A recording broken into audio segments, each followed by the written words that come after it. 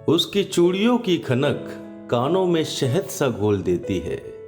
उसकी गिलहरी सी मुस्कान गमों के हर पहाड़ को पीस देती है। जब वो अपनी नाजुक हथेली मेरे माथे पर मलती है तो जलते कोयले सा बदन भी मानो ओस की बूंदों सा हो जाता है। नमस्कार दोस्तों, पॉडकास्ट स्टार पर मैं एक बार फिर आपसे हो रहा हूं रूबरू एक नई कहानी के साथ, जिसका नाम है बैंड बाजा शमशान। तो आइए कहानी की शुरुआत करते हैं। हमारे मथुरा वाले फूफा जी रुई के कारखाने में काम किया करते थे। तभी एक रोज होता यूं है कि इतवार का दिन था। माँ चूल्हे पर पानी वाली गर्मा गर्म रोटियां बना रही थी और पिताजी अपना हुक्का लेकर खाट पर बैठे हुए थे। तभी बातों बातों में फूफा जी ने मुझे एक टेढ़ी निगाह से देखा और बोले, बहू जी, लड़के की मूछें निकल आई हैं, शादी वादी कराओ इसकी। माँ ने भी हंसकर कह दिया, कोई अच्छा रिश्ता हो तो बताओ। वहीं खाट के पाए से बैठा लगा मैं शादी के नाम से कुछ घबराने लगा। और घबराहट हो भी क्यों ना, उम्र ही क्या थी मेरी, महज 18 साल। खैर, मैं तो फूफा जी की बातों को नजरअंदाज कर गया, पर वो हाथ धोकर मेरे पीछे पड़ गए और माँ से बोले, जमुना पार हमारे एक मित्र रहते हैं, साथ में ही काम करते हैं। पिछले हफ्ते घर गया था उनके, भरा पूरा परिवार है, उनकी एक बड़ी बिटिया भी है, बहुत सुंदर। तुम्हारे लड़के के साथ जोड़ी खूब जमेगी, कहो तो बात आगे बढ़ाऊं। फूफा जी ने ये बोला ही था, तभी खाट पर बैठे पिताजी ने कड़क आवाज में बोला, उनसे क्या पूछना मेहमान, आप बड़े हो, रिश्ता कराओ। बस पिताजी की जुबान से ये बात निकली ही थी, फूफा जी ने अगले ही दिन जाकर अपने दोस्त से रिश्ते की बात चला दी और अगले इतवार को लड़की वालों के यहाँ जाने का दिन फिक्स भी हो गया। वहीं माँ और पिताजी ने भी अपने लेक्चर्स की पोटरी खोल दी।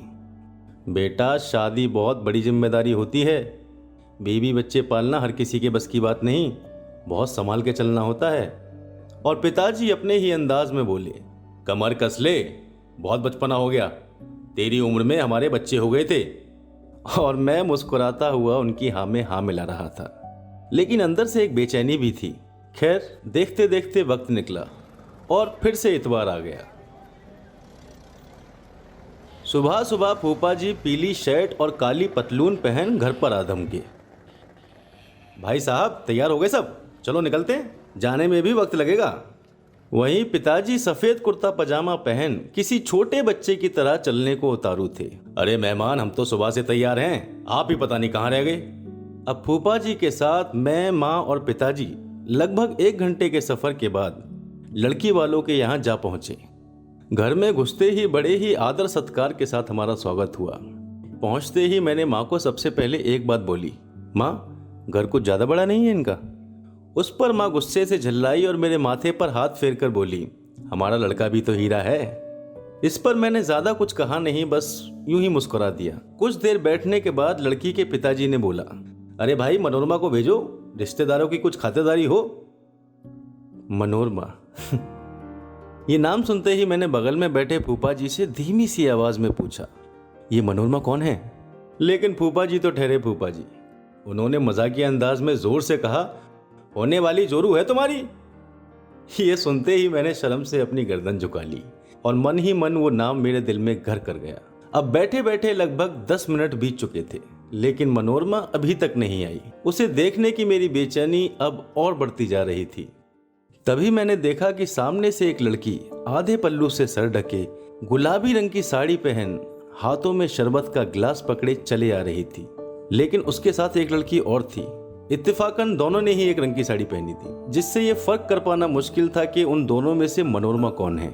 इसी बीच जैसे ही वो दोनों लड़कियां हम लोगों के बीच आई, तभी फूफा जी ने मेरे तरफ इशारा करते हुए कहा, मनोरमा, बेटा आकाश को शरबत दो। अब भले ही फूफा जी ने मेरी टांगी क्यों न खींची हो, पर इससे ये तो पता चल गया कि शरबत वाली लड़की मनोरमा थी। मनोरमा ने सबसे पहले आकर माँ और पिताजी के पैर छुए और माँ ने उसे हंसते हुए गले लगा अपने पास बिठा लिया और हर माँ की तरह अपने बेटे की कमियां गिनवाने लगी। देख बेटा, अगर तू मेरी बहू बनकर आती है तो तुझे इसे खींच कर रखना होगा, बहुत आलसी और लापरवाह है ये सुनते ही सब लोग हंसने लगे। अब देखते देखते बात आगे बढ़ी और फाइनली सभी ने इस रिश्ते को रजामंदी दे दी। लेकिन मैं अब भी मनोरमा को चोरी छुपी निगाह से देख रहा था और वो भी सभी से नजरें बचाए मेरी ओर देखे जा रही थी। अब सारी बात होने के बाद हम लोग घर के लिए निकलने ही वाले थे, तभी मनोरमा की छोटी बहन दौड़ती हुई आई।